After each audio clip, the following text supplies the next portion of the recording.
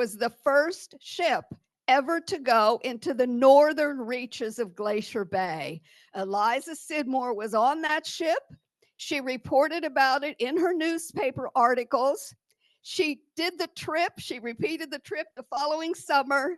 And she then turned those newspaper dispatches into what is now considered the first travel guide to Alaska, published in 1885. So she became a recognized expert on Japan. She went back. She took about a half a dozen trips.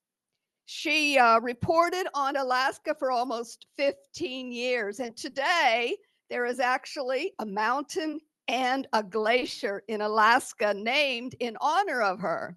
So this was really the beginning of the Alaska tourism industry in the late 1890s. So she and John Muir are credited as being the ones to really stimulate public interest in Alaska. And that's when they started putting cruise ships on the route.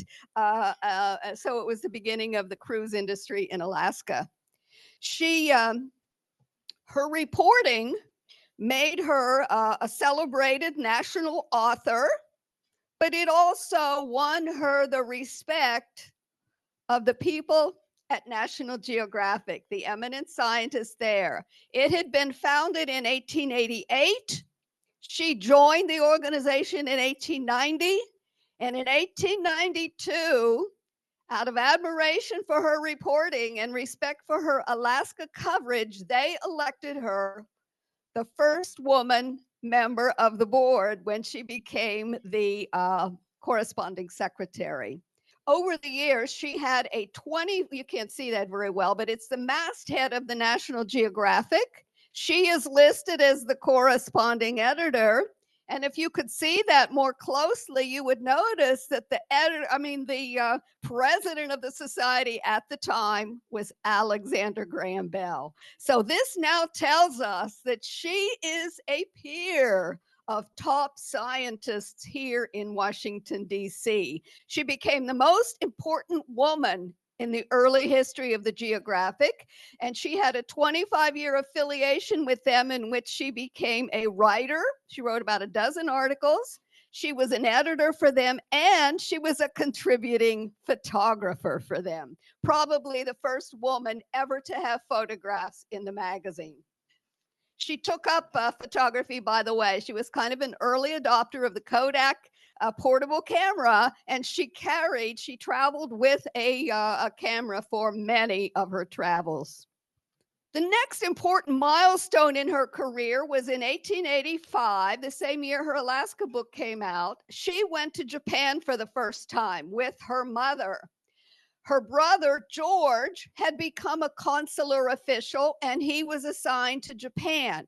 Now, he went on and spent almost 40 years in the consular service, and most of that time was spent in Japan or in other countries of Asia. So Mrs. Scidmore decides to move to Japan and live with her son. So this gave Eliza a part-time home in Japan. So she then did extensive reporting from across the country and gained a reputation in America as one of the best informed people on Japan. And this was an interesting time because if you know Japanese history, you know that they were in the Meiji period when Japan was rapidly modernizing itself. So kind of changing in a 50-year period from a feudal society into a modern world power. So she really was extremely well plugged into Japanese culture, and wrote a book on it, which became her best known book, plus hundreds of articles for newspapers and magazines. By this time, she's writing for national magazines and is a very well-recognized byline. So there we see her in her a Japanese temple. She's actually in that photo. One thing that happened, this part-time home in Japan also gave her a base for reporting from around Southeast Asia. She made many trips around the region, And one of the biggest surprises, a phenomenal reporter she was in China. She loved Peking. She went there, went to China many times, and she was very plugged into a lot of the political developments at that time. This was in the final throes of the Qing dynasty, and she was very well connected. And I found marvelous letters to her editor and to others where she's talking about developments behind the scenes, what is happening. So she actually ended up, she called Peking the most fascinating city in Asia. And she became an expert on it as well. And she ended up writing several books. She wrote a half a dozen books on Japan, Java, China, India. The last book on here is probably of interest to you. She was also a peace advocate. Late in life, she took up an interest in the League of Nations. But before that, this last book, As the Hague Ordains, published in 1907, was a book that talked about, it really introduced Americans to the idea of prisoner of war accords. Those had been adopted at, I believe, at a peace conference, international peace conference in 1899. She said, we don't know anything about these. Here is this war in Japan. It was the Russo-Japanese War in 1904, 1905. So she said, I want to go and see how these are being practiced in the field. So she got permission and went to 4 prisoner of war camps in Japan to see how the Russian prisoners were being treated.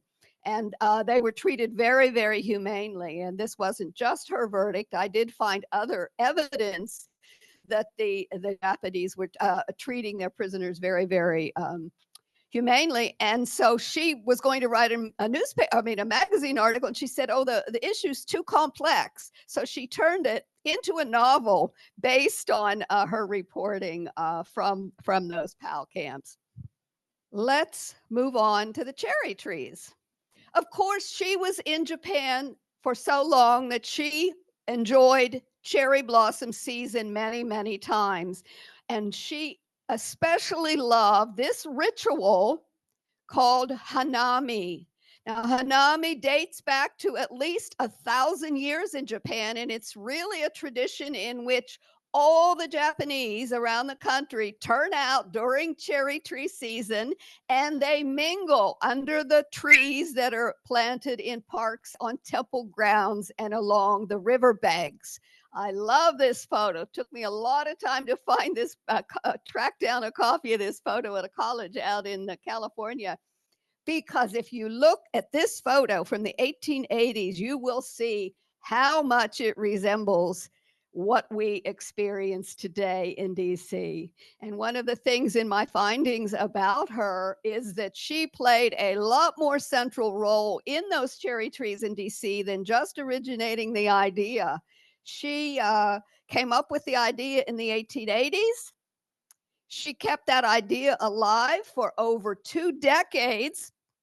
And then it was with the help of Mrs. Taft that she was able to get trees planted for the first time in 1912. So here's how it happened. She said, oh, cherry trees are the most beautiful thing in the world. Why don't we have them in America's cities and parks? And what better place than in Washington, D.C.? So as a young reporter, she had grown up watching them create Potomac Park. She reported on Potomac Park. One of the most exciting findings in my research was a column she wrote in fall of it was almost the anniversary, because it was November 23rd, 1883. She had just come back from Alaska, and I found this newspaper article where she described going to the top of the unfinished Washington Monument. The upper photograph is the unfinished Washington Monument, and all the region behind that looks like river. It wasn't actually river. It was very shallow ground. It was shoals that when the tide came in, it inundated that ground. But then when the tide rolled out, it left this big mucky field, a mud bank. and it was very unsightly. It was smelled at times because there would be a lot of flow off into that area. People in Washington complained about it for years. Finally, in the 1880s, Congress allocated the money to fill that land in. And when they did that, they took the dredging from the bottom of the Potomac River, the soil dredged from that river, poured it onto that ground, filled it in, and 700 acres of reclaimed land beyond the monument is what is now Potomac Park. So Eliza followed the development of this over the year, and she said, over the years, she said, wouldn't this be a perfect spot for a grove of cherry trees in Washington? She wanted to create this Hanami experience along the Potomac. So she took her idea to the men who were in charge of creating that park, and it happened to be the Army Corps of Engineers. They listened to her, heard her out, and then they ignored her. And this happened at least 3 times over different administrations. She could not get them to buy into the idea. Of course, they were very conventional in their ideas of what a public park should be, and it certainly didn't include cherry trees. People didn't know anything about cherry trees. So a great development occurred in 1909 when the Tafts came to the White House. William Howard Taft and his wife were both big fans of the development of Potomac Park because they saw it as an important civic amenity for Washington. So, and he, as war secretary, had actually supervised the development of the park as the war secretary. Mrs. Taft was a musician by training, and she decided within a month of entering the White House that she was going to take on this project to beautify an area of Potomac Park by building a bandstand. She wanted to create, they were both very egalitarian in their views.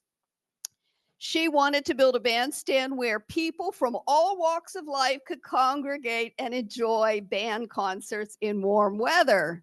So the word about this was publicized. Eliza Scidmore finds out. She sends Mrs. Taft a note because this sounds very much like her own interest in having cherry trees along the river. She sent a note to Mrs. Taft seeking her support for that. Mrs. Taft loved the idea. She jumped on it. She sent a note to Eliza 2 days later saying, "Thanks for your note. I have taken the matter up and am promised the trees." Now, she had her gardeners looking at nurseries around the country trying to find cherry trees. And they did exist. There were some, but most people had never seen them. They were really just individual specimens here and there. But almost overnight, because of Eliza Scidmore's important Japanese connections, that project took a very different direction, and it grew hugely in scale to the point that it became a diplomatic initiative. She ran into some events in Washington. She ran into a couple of Japanese men. One was the Japanese consul in New York. Another was a very wealthy chemist named Dr. Jokichi Takamine. He'd become very wealthy from some medical discoveries, which included adrenaline used in medicine. So she told them about Mrs.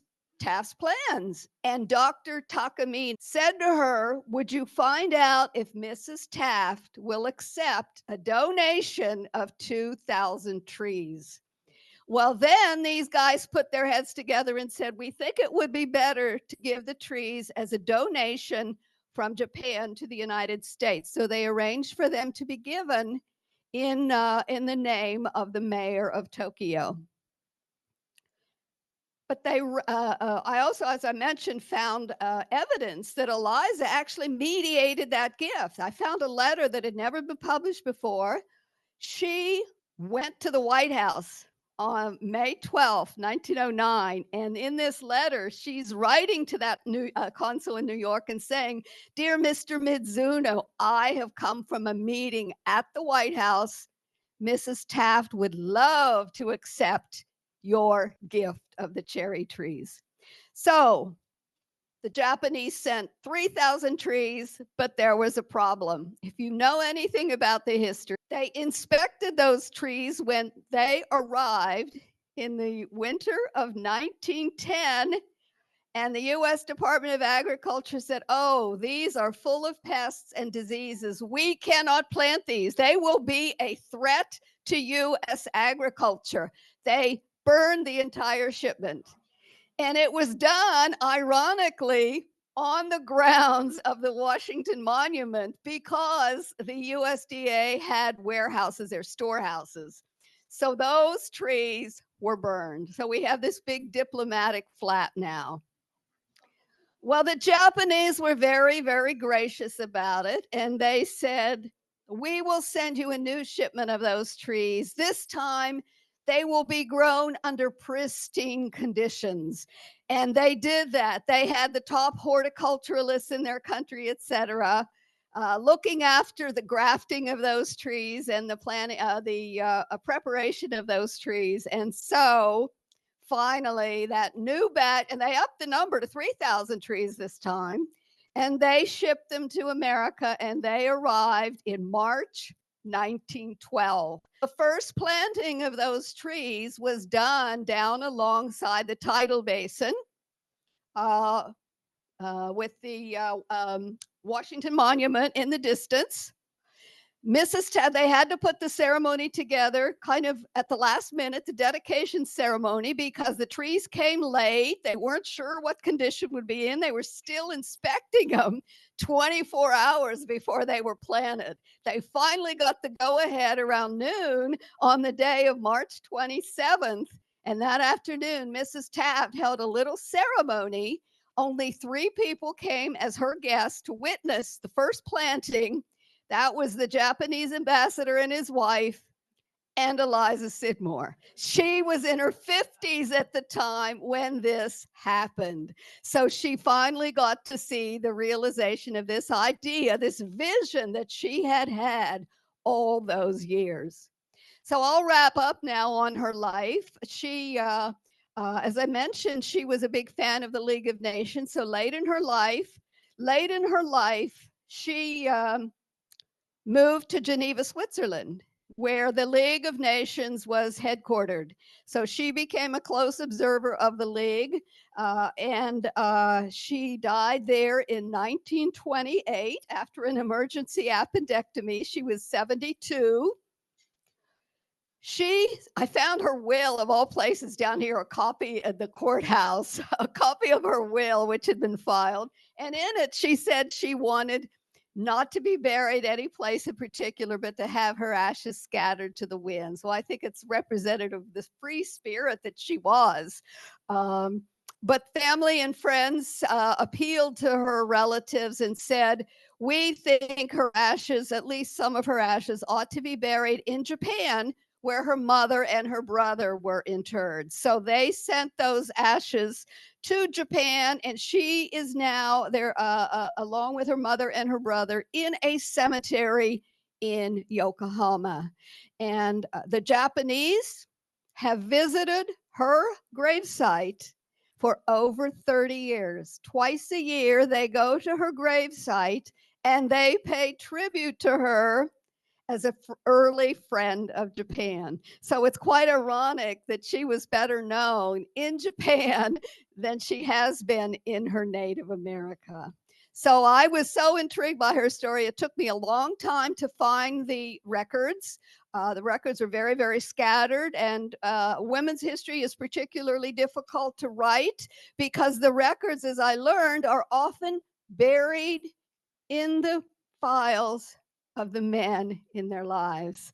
But she never married. Her brother's possessions were lost at sea, so there was very, very little records of her. I was able to find some very important letters that had never been uncovered.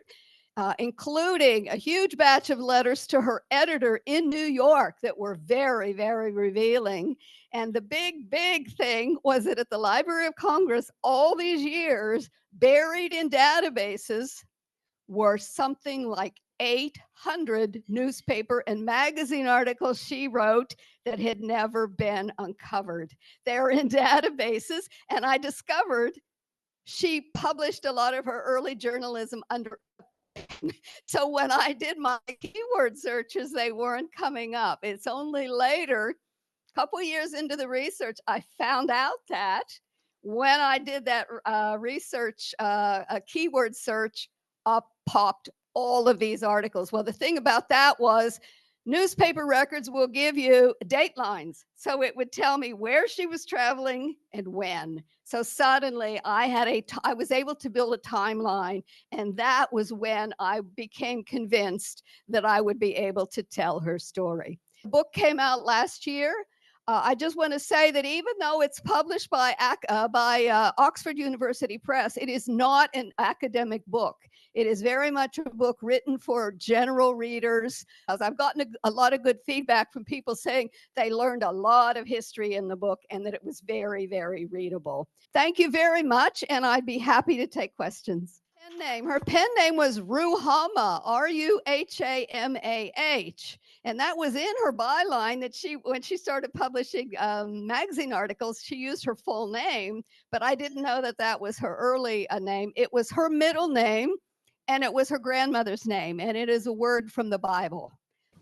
Was Eliza ever in the suffragette movement? I didn't find evidence that she herself was in the suffragette movement, but she certainly had friends that were. Is there a plaque there anywhere? And where is that plaque? Yes, there is a plaque. There wasn't when I started this project. She was not mentioned at all. But since then, they had the 100th anniversary of the trees, the first trees in 2012. And since then, they have added plaques. And she is down where the little bridge crosses. It's right there near the John Paul Jones statue. She's on a plaque. It mentions her along with some of the other people that were involved.